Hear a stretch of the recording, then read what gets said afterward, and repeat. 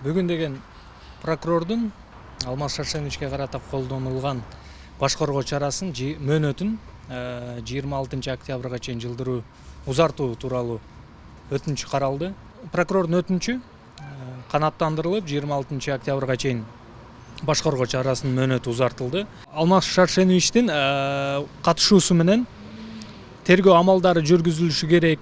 Мисалы баягы бетме бет башка күбө менен же айыпталуучу менен очная ставка өткөрүш керек деп атат да. Бирок Алмаз Шаршенович өзүңүздөр билесиздер, бир да көрсөтмө берген эмес.